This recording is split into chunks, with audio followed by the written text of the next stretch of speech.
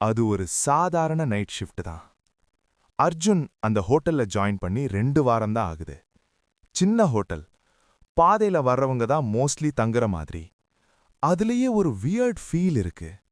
Lights சரியா வேலை செய்யாது, சுற்றிலே சத்தமே இல்ல. முதல் நாள் தான் மேனேஜர் அவங்கிட்ட சொன்னா, டா, ஒரு விஷயம் மட்டும் கவனமாயிரு. மிட் நைட்டுக்கு அப்புறம் ரூம் 307ல இருந்து கால் வந்தா எடுக்காத. அர்ஜுன் உடனே சிரிச்சான். சரிப்பா, கோஸ்ட் ஸ்டோரியா ன்னு. அவன் சீரியஸ்லி எடுத்துக்கல. அந்த நாள் இரவு மழை செம்ம ஆக ஆரம்பிச்சிருச்சு. அப்படியே வெளியுல உலகமே இல்லாத மாதிரி. நேரம் பார்த்தா 12க்கு மேல். 12:03 இருக்கும். அப்போதான் ரிசப்ஷன் லேண்ட்லைன் ரிங் ஆயிருச்சு. அர்ஜுன் மட்டும்தான் இருந்தான். அவன் போனை பார்த்தான். டிஸ்பிளேல 307. அவன் கொஞ்சம் சிரிச்சான். அட, இதுதானே அந்த ரூமு? ஆனா உள்ளுக்குள் கொஞ்சம் அன்ஈசி. ஃபோன் தொடர்ந்து ரிங் ஆகிட்டு இருந்துச்சு. இறுதியில அவன் எடுத்து, ஹலோ?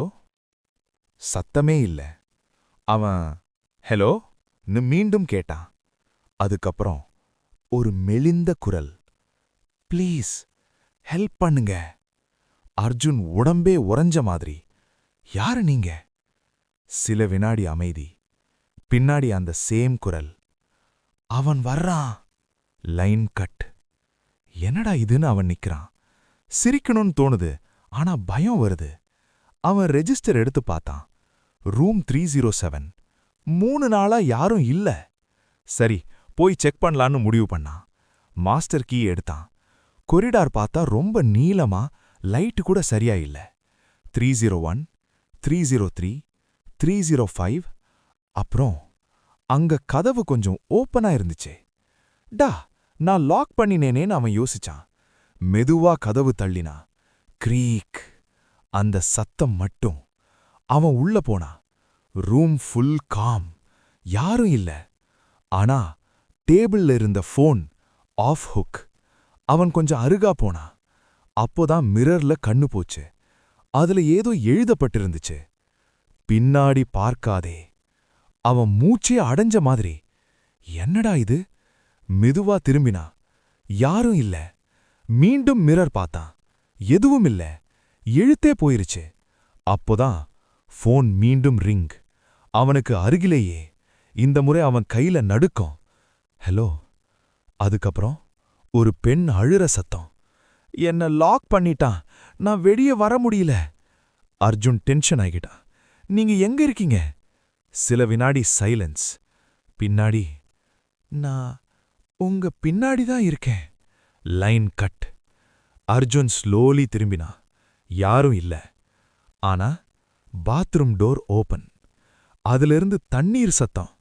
டிப் டிப். பார்க்கலாமா வேண்டாமான்னு அவன் மனசு ஃபைட் பண்ணுது. ஆனா கியூரியாசிட்டி. அவன் மெதுவா நடக்க ஆரம்பிச்சான். மிரர்ல அவன் ரிஃப்ளெக்ஷன் தெரிஞ்சுது. ஆனா அதுக்கு பின்னாடி ஒரு பெண் நின்றிருந்தா. அவன் உடனே திரும்பினா. யாரும் இல்ல. மீண்டும் மிரர் பார்த்தான். அவள் இன்னும் அருகில். அவள் லிப்ஸ் மூவ் ஆயிருச்சு. சத்தம் இல்ல. ஆனா கிளியரா புரிஞ்சுது. ஓடு. அந்த செகண்ட்ல லைட்ஸ் ஆஃப். முழுக்க இருட்டு. அப்புறம் காலடி சத்தம். அது அவனோட இல்ல, வேற யாரோ உள்ள. நடக்கிற சத்தம். ஏதோ இழுத்து வர்ற மாதிரி. அர்ஜுன் டா போச்சுன்னு ஓட ஆரம்பிச்சான். கொரிடார் முழுக்க ஓடுறான். லைட்ஸ் ஃபிளிக்கர் ஆகுது. பின்னாடி அந்த காலடி சத்தம் வேகமா வருது. அருகில், ரொம்ப அருகில். அவன் சம்ஹவ் ரிசப்ஷனுக்கு வந்தான். கதவடிச்சான். மூச்சு அடைஞ்சு போயிருச்சு. திரும்பி பார்த்தான். யாரும் இல்ல. காலை மேனேஜர் வந்தான். அர்ஜுன் ஃபுல் ஸ்டோரி சொன்னான். மேனேஜர் அமைதியா கேட்டுட்டு சொன்னா, 3 வருஷத்துக்கு முன்னாடி அந்த ரூம் 307ல ஒரு பெண் சாவு நடந்தது. அர்ஜுன் உடம்பே குளிர்ந்தது. அந்த இரவு அவ ரிசப்ஷனுக்கு பல தடவை கால் பண்ணினா. ஆனா யாரும் அட்டெண்ட் பண்ணல. அர்ஜுன் மெதுவா கேட்டான், அந்த ஆள்? மேனேஜர் பதில் சொல்லல. அவன் கை தூக்கி அர்ஜுன் பின்னாடி காட்டினா. அர்ஜுன் திரும்பினா. லேண்ட்லைன் ரிங் ஆகுது. டிஸ்பிளேல 307.